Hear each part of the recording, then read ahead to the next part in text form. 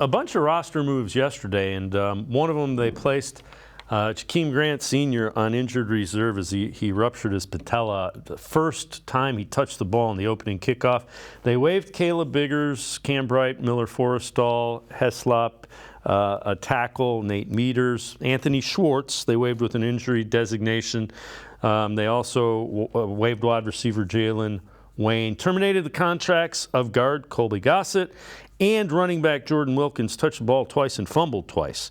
Now, the Browns apparently could have found their number 3 running back as the Browns made a trade yesterday, acquiring second-year pro Pierre Strong Jr. in exchange for offensive tackle Tyrone Wheatley, one of those spare parts on the offensive line. Take a look at the scouting report on Strong. He was out of South Dakota State. So 4.37 40 time, and a running back, NFL traits. They liked him. Smaller division it's the old 1AA, but a big play threat. 10 career rushing touchdowns over 50 plus. Bends and bursts through the line of scrimmage, finds center of a rush lane, avoids first-level defenders. You can see all of the things, rhythmic runner. He screams the style of running that the Browns like. Kevin Stefanski yesterday talked about the trade and what the Browns saw with Pierre Strong.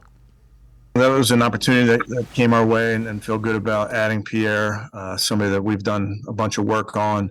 We'll see how quickly we can get him up to speed. This is what happens, as you know, around this time and really throughout the season. You start to add players, and it's our job to ramp them up as quickly as possible so they can understand, our language, how we operate, so they can help us potentially down the line.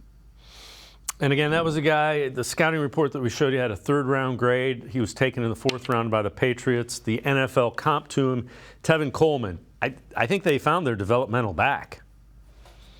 Yeah, he seems like a guy who can come in and have an impact pretty quickly as a backup to Nick Chubb. We also have to remember, with Jerome Ford having a hamstring issue, we're not even 100% sure if he's available week 1. But the thing with Pierre Strong that stood out to me, I'm looking right now at the Patriots depth chart or their stats from a year ago. They rushed 425 times last season.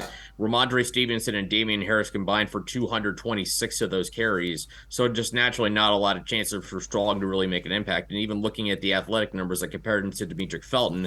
When you look at relative athletic score, what Pierre Strong did in his draft cycle just blew away what Demetric Felton did. I mean, we're talking 4.37 40 to a 4.59 40, 3-cone time for Pierre Strong, sub 6, which is really good, to 7.31. I mean, you go up and down that.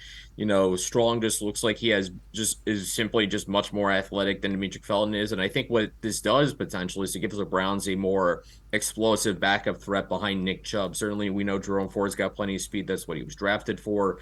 You suddenly go and what now they now have what they lost with Kareem Hunt and Dearness Johnson going elsewhere is now with Jerome Ford and Pierre Strong. You have 2 young, fast, intriguing backs behind Nick Chubb who have the ability to catch the ball in the backfield. So I'm curious, how they get deployed. I would imagine Strong gets a couple of looks pretty early just because the Browns have shown in the past that they don't want to wear Nick Chubb out too much.